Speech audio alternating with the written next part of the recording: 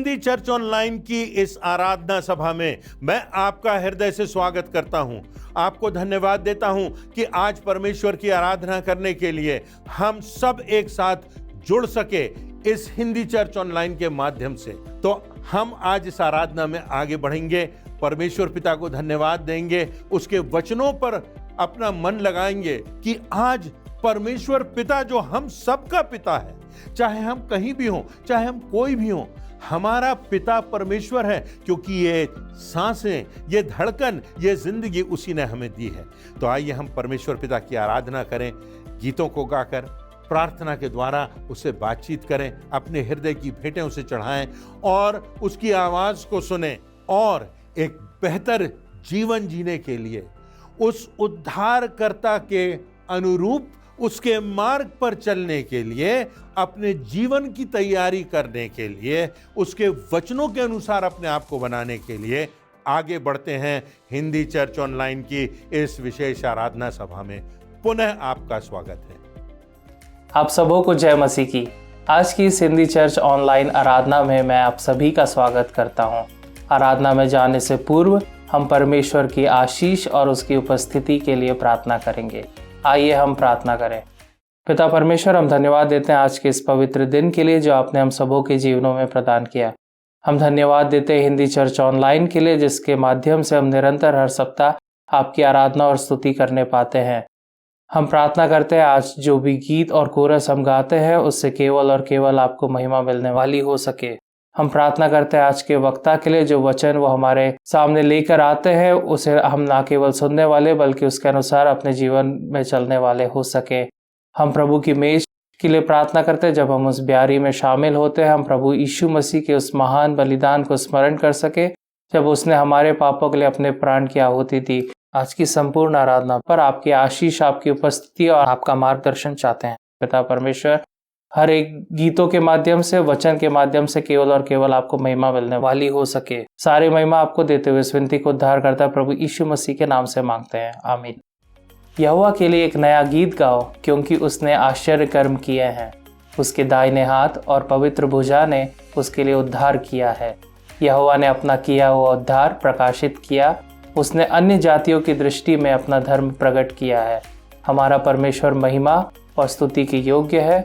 आइए हम बड़े हर्ष और उत्साह के साथ तालियां बजाते हुए परमेश्वर की महिमा में कुछ गीत और कोरस गा लेंगे।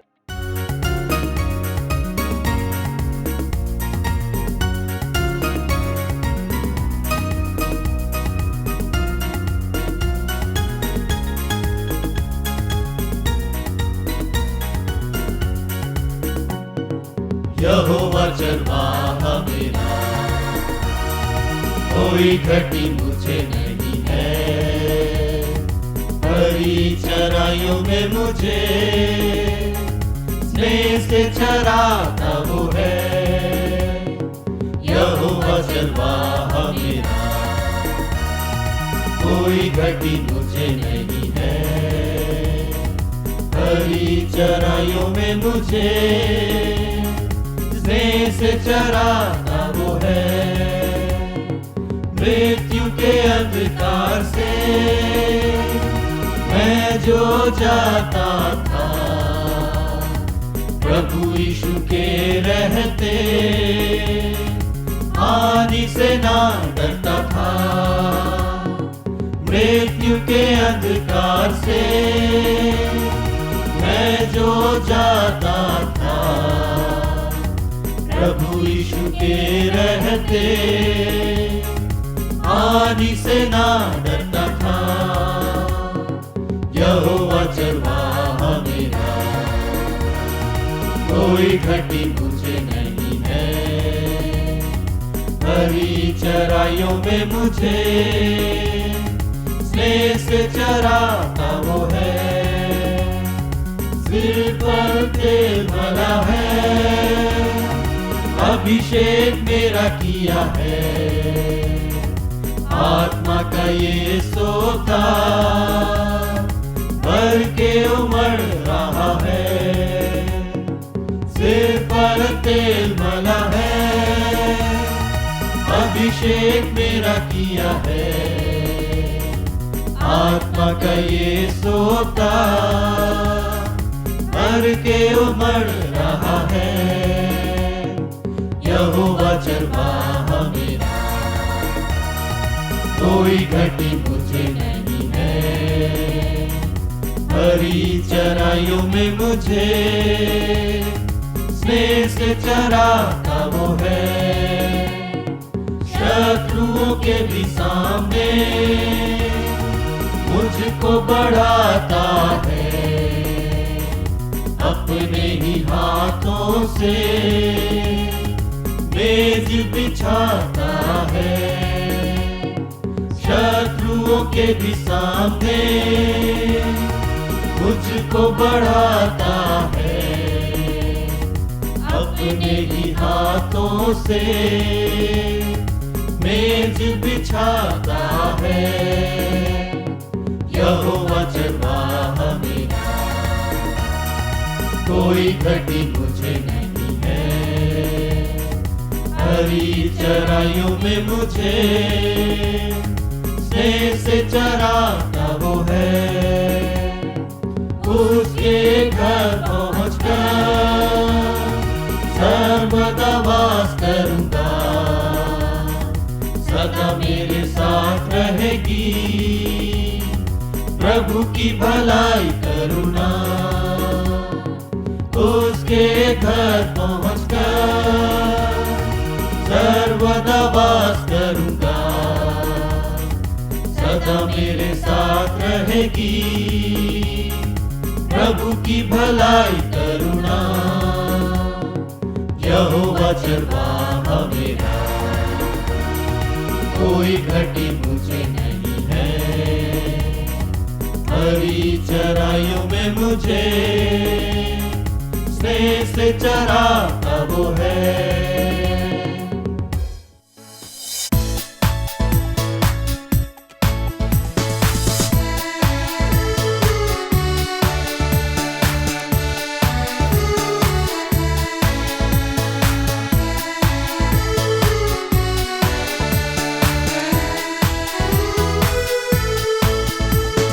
कभी भी यीशु न छोड़ेगा, कभी भी यीशु न त्यागेगा।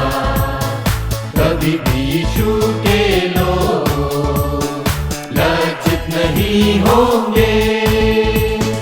कभी भी यीशु न छोड़ेगा, कभी भी यीशु न त्यागेगा। कभी भी यीशु के लोग लज्जित नहीं होंगे। जन्माने वाली माता हमें भूल सकती है, अपने सगे लोग हमें छोड़ सकते हैं। जन्माने वाली माता हमें भूल सकती है, अपने सगे लोग हमें छोड़ सकते हैं। मैं तो जगत के अंत तक सदा तेरे साथ रहूंगा, यीशु ने कहा।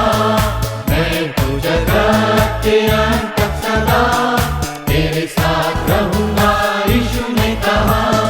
कभी भी यीशु न छोड़ेगा, कभी भी यीशु न त्यागेगा। कभी भी यीशु के लोग लज्जित नहीं होंगे। अपनी हथेली पर चेहरा तेरा मैंने खो रखा है, कभी न भूलूंगा। अपनी हथेली पर चेहरा तेरा मैंने खो रखा है, कभी न भूलूंगा। अपनी आंखों की पुतली समान रखता हूँ मैं सदा तेरा ध्यान। अपनी आंखों की पुतली समान रखता हूँ मैं सदा तेरा ध्यान। कभी भी यीशु न छोड़ेगा, कभी भी यीशु न त्यागेगा। कभी भी यीशु के लोग लज्जित नहीं होंगे। फिलिपियों के नाम पौलुस प्रेरित की पत्री, उसका पहला अध्याय, उसकी कुछ आयतों को हम देखेंगे। दूसरा निवेदन जो मेरा है वो थोड़ा सा व्यक्तिगत है, और वो ये है कि कुछ सेकंड का समय मैं आपको देता हूं कि आप ऐसी 3 बातों को सोचिए जो बातें आपके जीवन में कठिन है, जो जीवन में परिवार में जो समस्याएं हैं, या जो बातें आपके मन को भारी कर रही हैं। 3 बातें बहुत जल्दी आप सोच लीजिए। मैं पूछ नहीं रहा हूं, आपको जवाब नहीं देना है, आपको लिखना नहीं है। आप अपने मन में विचार कीजिए 3 बातें जो आपके हृदय में भारी हैं, आपके मनों में जो चल रही हैं। तो ऐसी बातें जो आपके मन में भारी हैं, आप मेहरबानी से उन बातों को सोचिए और उनको भी आप अपने मन में रखिए जब हम इन आज के वचन के संदर्भ में आगे देखते हैं। यहां पर फिलिपियों के नाम पौलुस प्रेरित का पत्र है। ये शहर था जो अलेक्जेंडर द ग्रेट के पिता फिलिप के नाम पर रखा गया था इसका नाम। और यहां पर जो फिलिप्पी की कलीसिया थी, इसकी स्थापना पौलुस प्रेरित ने की थी। और उसके बाद ये जो शहर था ये बढ़ गया, वहां की कलीसिया मजबूत हो गई। और लगभग प्रभु यीशु मसीह के 61 वर्ष के बाद पौलुस प्रेरित ने यह पत्र फिलिपियों की कलीसिया को लिखा था। पौलुस प्रेरित का एक साथी था जो कि पौलुस प्रेरित कैद था और कैद में था, और उसका साथी जा रहा था, और वो उस साथी जा रहा था तो धन्यवाद स्वरूप उस कलीसिया को वो पत्र लिखता है। और भी बहुत से रीजंस होते हैं। एक ये कि पौलुस प्रेरित की चिंता ये कलीसिया करती थी, उसको दान देती थी। परंतु पौलुस जो है, मैं और आप सोचें, ये पौलुस प्रेरित की जो कलीसियाओं को उसने पत्र लिखा, ये उसके जीवन का अंतिम पत्र था।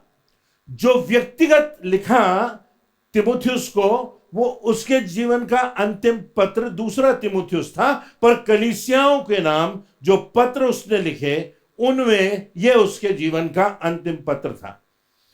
पौलुस प्रेरित के जीवन को आप थोड़ा सा अपने हृदय में जीवंत करें। पौलुस प्रेरित है जिसको कि कैद कर लिया गया है। आप अपने आप को सोचें, 3री बार वो कैद में है और उसको मालूम है कि उसका समय समाप्त हो रहा है। उसको मालूम है कि किसी भी दिन रोमी सम्राट के सिपाही आएंगे और उसको ले जाएंगे और उसको मृत्यु दंड देंगे। और आप जानते हैं कि किस प्रकार से पौलुस प्रेरित को मृत्यु दंड दिया गया। ठीक उसी प्रकार से उसकी मृत्यु हुई जैसे यूहन्ना बपतिस्मा देने वाले की मृत्यु हुई थी। उसका सिर उसके धड़ से काट दिया गया और उसकी उम्र उस समय लगभग, टीकाकारों का मानना है, 62 ईयर्स की रही होगी। लगभग 62 वर्ष की उसकी उम्र रही होगी। आप कल्पना करें कि वो किन परिस्थितियों में था। वो कैद था, उसके सामने अनिश्चित भविष्य था, भयानक शारीरिक पीड़ा से होकर के वो गुजरा था, जिसके विषय में हम आगे देखेंगे। पौलुस प्रेरित ने जो फिलिपियों को पत्र लिखा, उसके पहले अध्याय की 12वीं आयतों से लेके 21वीं आयतों तक देखेंगे। 12वीं आयत से हे भाइयों, ये पत्र लिख रहा है वो इन परिस्थितियों में पड़ा हुआ, अपने जीवन के अंतिम समय में शारीरिक रूप से वो पीड़ित है, मानसिक रूप से वो पीड़ित है, टूटा हुआ है, और वो ये पत्र लिख रहा। हे भाइयों, मैं चाहता हूं कि तुम यह बात जान लो कि मुझ पर जो कुछ बीता है उससे सुसमाचार ही की बढ़ती हुई है। यहां पर पौलुस प्रेरित अपनी पीड़ाओं के परे परमेश्वर की योजना को देख रहा है। कितनी बार होता है कि हम अपनी पीड़ाओं में उलझ जाते हैं। हमारी जिंदगी में जो पीड़ाएं आती हैं उन पर हमारा ध्यान केंद्रित हो जाता है, उनके विषय में हमारी चर्चा होती है, उनके विषय में हम दूसरों को बताते हैं। हम चाहते हैं लोगों को मालूम हो, हमको किसी प्रकार से तसल्ली मिले और लोग हमारी पीड़ा को बांट सकें। परंतु यहां पर वो कहता है कि जो कुछ मुझ पर बीता है उससे सुसमाचार की बढ़ती ही हुई है। यहां तक कि कैसरी राज्य की सारी पलटन और शेष लोगों में यह प्रकट हो गया है कि मैं मसीह के लिए कैद हूं। वो प्रभु यीशु मसीह के वचन का सुसमाचार, अनंत जीवन का सुसमाचार वहां से हर एक को सुना रहा। वो ये नहीं कह रहा कि कुछ लोगों को प्रकट हुई है ये बात सारे लोगों को प्रकट हुई, ये बात सबको प्रकट हुई है। अब वो लिखता है कि यहां पर दो प्रकार की प्रतिक्रियाएं हैं। अभी भी कुछ लोग हैं जो प्रचार कर रहे हैं और दो उनके उद्देश्य हैं। एक प्रकार के वो लोग हैं जो प्रचार कर रहे हैं यह बताने के लिए कि हम तुझसे अच्छा प्रचार कर लेते हैं तो उसके कैद में उसको क्लेश हो। वो एक कंपटीशन की भावना रखते हैं, जेलसी की भावना रखते हैं और वो प्रचार कर रहे हैं कि पौलुस प्रेरित के नाम को धूमिल करें या ये बता सके कि वो पौलुस प्रेरित से श्रेष्ठ है।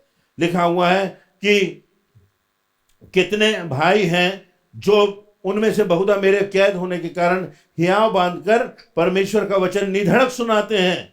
और हियाव बांध करके यहां पर दूसरे प्रकार के लोगों का वर्णन है, वो लोग जो कि और भी साहस से, पौलुस नहीं है कौन करेगा प्रचार, और भी अधिकाई से हमें प्रचार करना, हमारी जिम्मेदारी बढ़ गई है, हमारे कांधों पर यह वजन है कि हम प्रभु यीशु मसीह के अंतिम आदेश का पालन करें।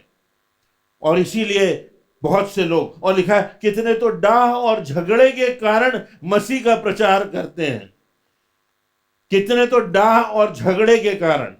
अब आप ये देखिए, प्रचार करने का उद्देश्य डाह, झगड़ा, किसी को नीचा दिखाना, अपने को दूसरों से बेहतर बनाने के लिए, इन सब बातों से। परंतु और यह भी लिखा है, आगे वो कहता है कि और कई तो सिधाई से नहीं पर विरोध से मसीह की कथा सुनाते हैं, यह समझकर कि मेरे कैद में मेरे लिए क्लेश उत्पन्न करें। अब यहां पौलुस प्रेरित की प्रतिक्रिया देखिए, वो कहता है तो क्या हुआ, केवल यह कि हर प्रकार से, चाहे बहाने से चाहे सच्चाई से, मसीह की कथा सुनाई जाती है और इससे मैं आनंदित हूं और आनंदित रहूंगा, क्योंकि मैं जानता हूं तुम्हारी विनती के द्वारा और यीशु मसीह के आत्मा के दान के द्वारा इसका प्रतिफल मेरा उद्धार होगा। तो मैं यही हार्दिक लालसा और आशा रखता हूं कि किसी बात में लज्जित ना हो, पर जैसे मेरे प्रबल साहस के कारण, प्रबल साहस, फेथ ओवर फियर, क्या हमारे हृदय में दृढ़ विश्वास है या हमारे हृदय में भय है? दोनों एक साथ नहीं चल सकते। मनुष्य होने के नाते हम में भय हो सकता है, चिंता हो सकती है, तनाव हो सकता है, क्योंकि हम संपूर्णता से मनुष्य हैं। परंतु वो लिखता है कि मेरे प्रबल साहस के कारण मेरा जो विश्वास है वो मेरी पीड़ाओं से, वो मेरी शंकाओं से, वो मेरे तनाव से कहीं अधिक है। परमेश्वर का अनुग्रह हर एक बात से बढ़कर है, मेरे अतीत से बढ़कर है, मेरे वर्तमान की समस्याओं से बढ़कर है, मेरे कैद में जो मुझे पीड़ा होती है उससे बढ़कर है प्रभु यीशु मसीह की सामर्थ है। और इसीलिए वो कहता है मेरे प्रबल साहस के कारण मसीह की बड़ाई होती रहे, सदा होती रहे, वैसे अब भी हो, चाहे मैं जीवित रहूं या मर जाऊं, क्योंकि मेरे लिए जीवित रहना मसीह और मर जाना लाभ है। मर जाना लाभ है। क्यों लाभ है? क्योंकि जीवित रहना मेरे लिए मसीह है और मर जाना लाभ है। वो जानता है कि मर जाना लाभ है। क्यों? क्योंकि उसने मर जाने के बाद जो कुछ होता है उसका अनुभव किया था, उसने स्वर्ग को देखा था, वो स्वर्ग तक उठा लिया गया था, उसने स्वर्ग की महिमा को देखा था, उस स्वर्गीय महिमा का उसने अनुभव प्राप्त किया था। और इसीलिए वो कहता है मेरे लिए तो बेहतर है यहां जो पीड़ा में सह रहा हूं, मेरे लिए तो बेहतर है कि मैं मर जाऊं, मेरे लिए मर जाना लाभ की बात है। तो अब यहां हम देखेंगे अपने जीवन से, हमारे जीवन की जो समस्याएं हैं, हमारे जीवन में जिन बातों से तनाव है, हमारे जीवन में जिन बातों से भय है, हमारे जीवन में जिन बातों से अनिश्चितता है, शैतान के वार और प्रहार हैं, तो इन सब परिस्थितियों से जब हम गुजरते हैं तो हमको हमारे जीवन में क्या होना चाहिए, ऐसी 3 बातों पर बहुत संक्षिप्त में मैं आपसे चर्चा करूंगा। पहली बात, इससे पहले कि वहां पहुंचे हम देख लें कि पौलुस किस परिस्थिति में। दूसरा कुरिन्थियों के 12वें अध्याय की 7वीं आयत में हम पाते हैं, लिखता है कि मेरे शरीर में एक पीड़ा है, ऐसा जैसे शैतान का दूत मुझे घूंसे मारे। कोई मारे नहीं लिखता, पर जैसे घूंसे मारे। शारीरिक पीड़ा है और भयंकर पीड़ा है, और शैतान की शक्ति से शैतान का दूत मानो उसको घूंसे मार रहा। उसके बाद वो अपनी पीड़ाओं का वर्णन करता है। अगर आप देखेंगे दूसरा कुरिन्थियों 11वें अध्याय की 23 पद के आगे, मैं पागलों की नाई कहता हूं, मैं उनसे बढ़कर हूं, अधिक परिश्रम करने में, बार बार कैद होने में, कोड़े खाने में, मृत्यु के जोखिमों में। 5 बार मैंने यहूदियों के हाथ से 39 कोड़े खाए, 3 बार मैंने बेतें खाई, 1 बार मैं पथरवाह किया गया, 3 बार जहाज जिन पर मैं चढ़ा था टूट गए, 1 दिन और 1 रात, 1 दिन ध्यान दीजिए, और 1 रात मुझे समुद्र में काटना पड़ी। आप सोच लीजिए, आप जा रहे हैं और इतना ही सोच लीजिए एक ही बात के बारे में, आप समुद्र के जहाज में जा रहे हैं और आपका जहाज नष्ट हो जाता, और 1 दिन और 1 रात आपको उस समुद्र में आप पड़े हुए हैं, ना जाने तैरना भी आता है कि नहीं, क्या परिस्थिति है, कौन आएगा। इन सब परिस्थितियों से पौलुस गुजर रहा है, और तब इसी पत्र में वो कौन सी बातें हैं जो हमको सिखाता है। पहली बात, हमारा व्यवहार। फिलिपियों 2:4-7, हर एक अपने हित की नहीं वरन दूसरों के हित की भी चिंता करे, जैसा मसीह यीशु का स्वभाव था वैसा ही तुम्हारा भी स्वभाव हो। जिसने परमेश्वर के स्वरूप में होकर परमेश्वर के तुल्य होने को अपने वश में रखने की वस्तु ना समझा, वरन अपने आप को शून्य कर दिया। प्रभु यीशु मसीह की प्राथमिकता तुम्हारे जीवन में बनी रहे। जब सब तरफ से क्लेश चल रहा है तो प्रभु यीशु मसीह की प्राथमिकता तुम्हारे जीवनों में बनी रहे, क्योंकि वो स्वर्ग से उतर कर आया, अपने आप को शून्य कर दिया, यहां तक कि क्रूस की मृत्यु भी सह ली और दास का स्वरूप धारण करके आया, और मेरे और आपके लिए क्रूस की मृत्यु भी सह ली और मृत्यु पर विजय प्राप्त की। तो हमारे व्यवहार में यह होना चाहिए कि हम दूसरे के हित की चिंता करें, आत्मिक हित की चिंता करें। कोई विनाश के रास्ते पर चल रहा है, कोई गलत बात में है, तो उससे हम खुश ना हो, परंतु उसको आत्मिक रूप से चेतावनी दें, उसको आत्मिक रूप से जाने कि इसका अंत विनाश हो सकता है, उसको हम रोकें, उसको हम समझाएं। दूसरी बात, फिलिपियों 4:6-7 में वो कहता है, किसी भी बात की चिंता मत करो, परंतु हर एक बात में तुम्हारे प्रार्थना विनती के द्वारा धन्यवाद के साथ परमेश्वर के सम्मुख उपस्थित किए जाएं। दूसरी बात, प्रार्थना की प्रमुखता। प्रार्थना करते रहो, प्रार्थना करो, परमेश्वर की सामर्थ पर विश्वास करो। प्रार्थना की प्राथमिकता हो कलीसिया में, तुम्हारे परिवार में, तुम्हारी जिंदगी में, क्योंकि दिन बुरे हैं, कठिनाइयों से भरे हुए दिन हैं। मेरी ये हालत है, कलीसिया की ये हालत है, जिनके लिए मैं आंसू बहा रहा हूं। प्रार्थना करो। जब तुम प्रार्थना करोगे और धन्यवाद के साथ तुम्हारी जो चिंताएं हैं, जो तुम्हारे तनाव के विषय, जो तुम्हारे समस्याएं हैं, वो तुम्हारे हृदय से हट जाएंगे, और परमेश्वर की शांति जो समझ नहीं सकते हम, जो परमेश्वर देता है, तुम्हारे विचारों को मसीह यीशु में सुरक्षित रखेगी।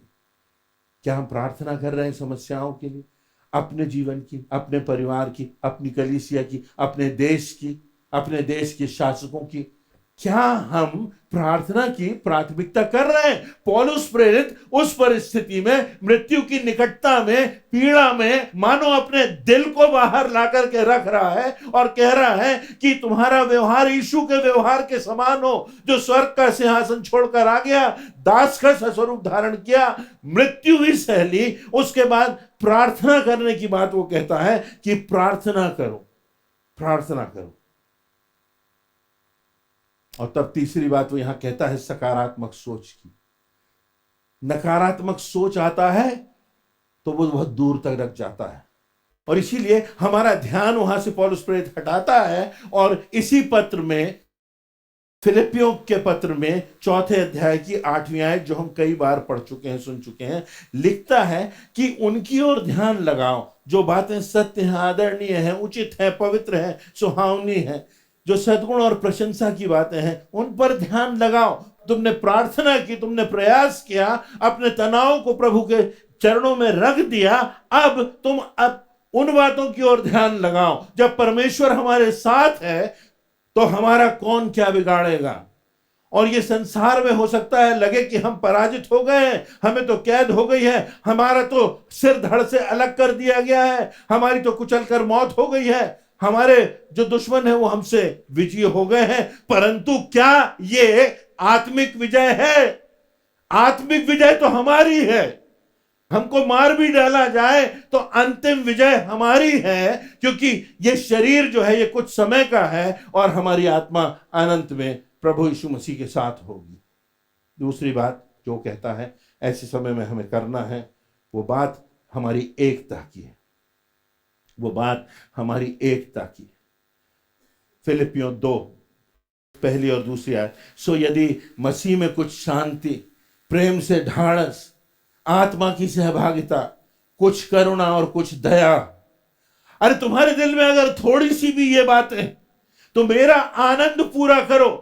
मेरे इन आंसुओं को देखो, मेरी इस पीड़ा को देखो और मेरा आनंद पूरा करो। कैसे ये आनंद पूरा करो? एक मन रहो, एक प्रेम, एक चित्त, एक ही मन सर रखो। क्योंकि जैसे कि उसने लिखा है इफिसियों 4:3 में कि एक ही देह है, एक ही आत्मा है, एक ही आशा है, एक ही प्रभु है, एक ही विश्वास है, एक ही बपतिस्मा है और सबका परमेश्वर पिता है जो सबके ऊपर, सबके मध्य में और सब में है। और ये पौलुस प्रार्थना कर रहा है। और प्रभु यीशु मसीह जो दुआ कर रहे हैं, जब प्रभु यीशु मसीह दुआ कर रहे हैं मृत्यु के पहले, तो क्या कह रहे हैं कि ये एक रहें, ये एक रहें, इनमें एकता रहे। और कह रहे हैं कि मैं, प्रभु यीशु मसीह अपनी प्रार्थना में कह रहा है, अगर आप देखें यूहन्ना 17 उसकी 20वीं आयत में, मैं केवल इन्हीं के लिए विनती नहीं करता परंतु उनके लिए भी जो इनके वचन के द्वारा मुझ पर विश्वास करेंगे, कि वे सब एक हों। ये प्रभु यीशु मसीह मेरे और आपके लिए प्रार्थना कर रहा है। जो मुझ पर विश्वास करेंगे, जो मेरे चेले होंगे, उनके लिए भी मैं प्रार्थना कर रहा हूं कि वो सब एक हों, वो देह मजबूत हो। इफिसियों 4:3-6 में जैसे कि मैंने आपके सामने पढ़ दिया। और वो कह रहा है एक दूसरे के साथ मसीह प्रेम में आगे बढ़ते जाओ, क्योंकि प्रेम सब बातें सह लेता है, सब बातों में धीरज धरता है, सब बातों की प्रतीति करता है, सब बातों में आशा रखता है। जब हमारे ऊपर बाहर से और अंदर से जब शैतान की ताकतें प्रबल होती हैं। और तीसरी और अंतिम बात, पहली बात हमारे व्यवहार की, दूसरी बात हमारी एकता की और तीसरी बात हमारी विनम्रता की, हमारी विनम्रता की। फिलिपियों उसका 2 अध्याय और उसकी 6वीं से 11वीं आयत में, जिसने प्रभु यीशु मसीह ने परमेश्वर के स्वरूप में होकर भी परमेश्वर के तुल्य होने को अपने वश में रखने की वस्तु ना समझा, परंतु अपने आप को ऐसा शून्य कर लिया, दीन कर लिया, नम्र कर लिया और मनुष्य की समानता में हो गया और मनुष्य के रूप में प्रकट करके अपने आप को दीन किया, यहां तक आज्ञाकारी रहा कि मृत्यु, हां क्रूस की मृत्यु भी सह ली। जो अपने चेलों के गंदे पांव धो रहा है, जो यहूदा को एक बार और अवसर दे रहा है, जो यहूदा को अपना मित्र कह रहा है और जो आज हम सबों को अवसर दे रहा है, उसने क्रूस की मृत्यु भी सह ली। कैसे? विनम्रता से। घमंड हमको तोड़ सकता है, विनम्रता हमको मजबूत बनाए रख सकती है। और जब प्रभु यीशु मसीह ने अपने आप को विनम्र किया तो लिखा है इस कारण परमेश्वर ने उसको अति महान किया और उसको वो नाम दिया जो सब नामों में श्रेष्ठ है, कि जो स्वर्ग में और पृथ्वी पर और परमेश्वर की महिमा के लिए हर एक जीव अंगीकार कर ले कि यीशु ही प्रभु है। ये विनम्रता क्या हम में है? क्या वो फेथ ओवर फियर हम में है? क्या वो एकता के लिए प्रार्थना करना, प्रयास करना हमारे हृदय में है? हमारी इच्छा नहीं परंतु प्रभु की इच्छा।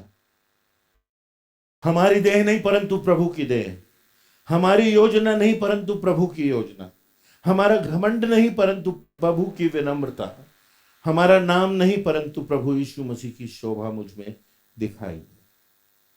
और तब अंतिम बात जो लिखता है बहुत प्रमुख है, अंतिम आयत आप देख लीजिए। इससे बढ़ के कोई आशीर्वाद नहीं है, इससे बढ़ के कोई प्रार्थना नहीं हो सकती, इससे बढ़ के किसी के हित के लिए कोई बात हो ही नहीं सकती। अंत में जो लिखता है, अंत में वो लिखता है 4 अध्याय की 23वीं आयत में, हमारे प्रभु यीशु मसीह का अनुग्रह तुम्हारी आत्मा के साथ रहे। हमारे प्रभु यीशु मसीह का अनुग्रह तुम्हारी आत्मा के साथ रहे। तो ये नहीं कहते तुम्हारे शरीर के साथ रहे, तुम्हारे जीवन भर रहे, पर प्रभु यीशु मसीह का अनुग्रह तुम्हारी आत्मा के साथ रहे। जब हमारी आत्मा में वो अनुग्रह होगा तो हमें अनंत जीवन प्राप्त होगा। जब हमारी आत्मा में वो अनुग्रह होगा तो अनंत जीवन हमें निश्चित रूप से प्राप्त होगा। हम कहाँ हैं? हमारी समस्याएं क्या हैं? हमारी समस्याएं क्या हैं? किसी ने छोटी सी कविता लिखी है, दर्द अब भी जागता है ऐसा, दर्द अब भी जागता है कि ऐसा कि यदि कलम उठा लूं तो बन जाए एक बढ़िया सी रचना, पर मैं चाहता हूं ऐसे क्षणों से बचना, क्योंकि औरों की तुलना में मुझे अपना दर्द बड़ा छोटा सा लगता है। क्योंकि पौलुस की तुलना में मुझे अपना दर्द बड़ा छोटा सा लगता है, और अब तक जो कुछ भी लिखा बड़ा खोटा सा लगता है। आज के सुंदर एवं प्रेरणादायक संदेश के लिए परमेश्वर को और उसके दास को धन्यवाद देते हैं। अभी हम प्रभु भोज में शामिल होंगे, परमेश्वर के महान बलिदान को स्मरण करेंगे। प्रभु की मेज में सम्मिलित होने से पहले हम अपने मनों को तैयार करें इस गीत के द्वारा।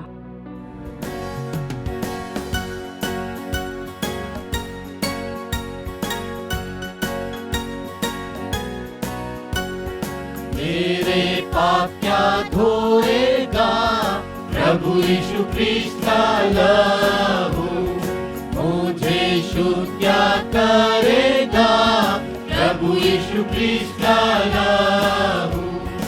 ओ कैसा सोता है, ओ उसके रक्त की जय, ना दूसरा है उपाय प्रभु यीशु ख्रीस्त का लहू। क्या दे सकता निर्मलता प्रभु यीशु ख्रीस्त का लहू। कारण क्या है क्षमा का प्रभु यीशु ख्रीस्त का लहू। ओ कैसा सोता है, ओ उसके रक्त की जय, ना दूसरा है उपाय प्रभु यीशु ख्रीस्त का लहू। यही मेरी पूरी आस प्रभु यीशु ख्रीस्त का लहू। यही धर्म है मेरे पास प्रभु यीशु ख्रीस्त का लहू।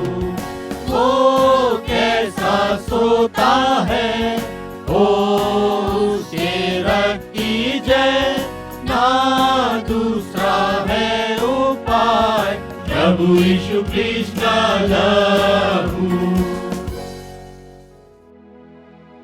आइए हम प्रभु भोज में शामिल हों। प्रभु यीशु ने जिस रात वह पकड़वाया गया रोटी ली और धन्यवाद करके तोड़ी और अपने चेलों को देकर कहा, ये मेरी देह है जो तुम्हारे लिए है, मेरे स्मरण के लिए यही किया करो। इसी रीति से उसने ब्यारी के पीछे कटोरा भी लिया और कहा, ये कटोरा मेरे लहू में नई वाचा है, जब कभी पियो तो मेरे स्मरण के लिए यही किया करो। क्योंकि जब कभी तुम इस रोटी में से खाते और इस कटोरे में से पीते हो तो प्रभु की मृत्यु का जब तक वह ना आए प्रचार करते हो।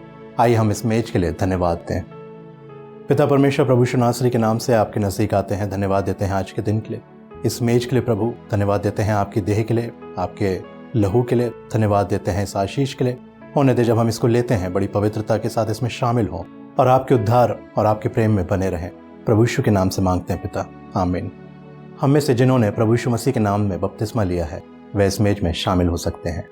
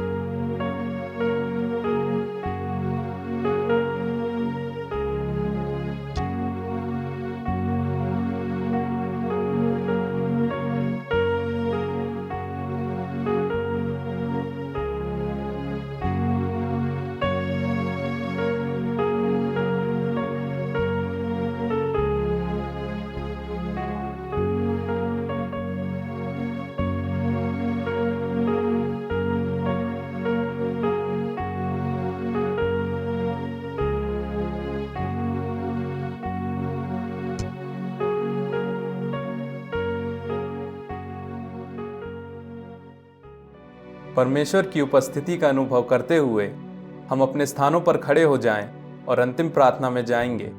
प्रार्थना के बाद हम एक कोरस गाएंगे और परमेश्वर की आशीष ग्रहण करके आज की आराधना समाप्त करेंगे। आइए हम प्रार्थना करें।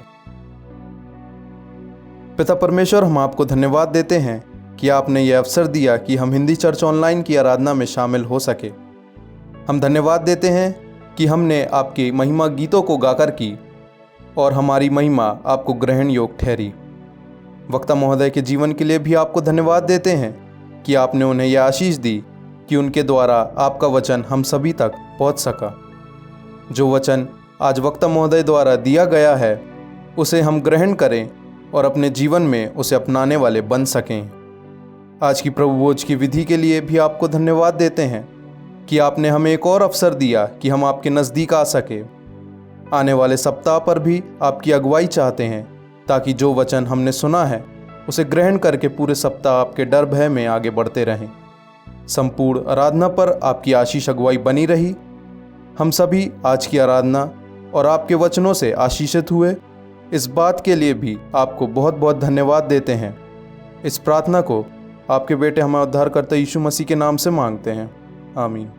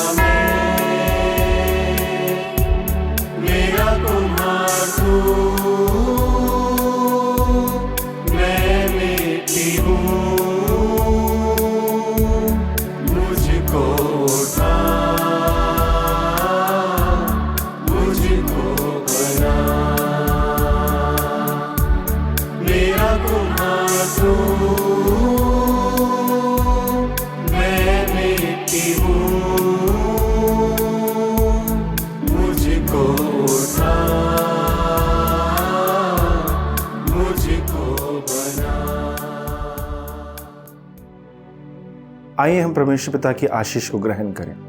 अब हमारे परमेश्वर पिता का प्रेम, प्रभु यीशु मसीह का अनुग्रह और पवित्र आत्मा की शांति और सहभागिता हम सबों के साथ निरंतर बनी रहे।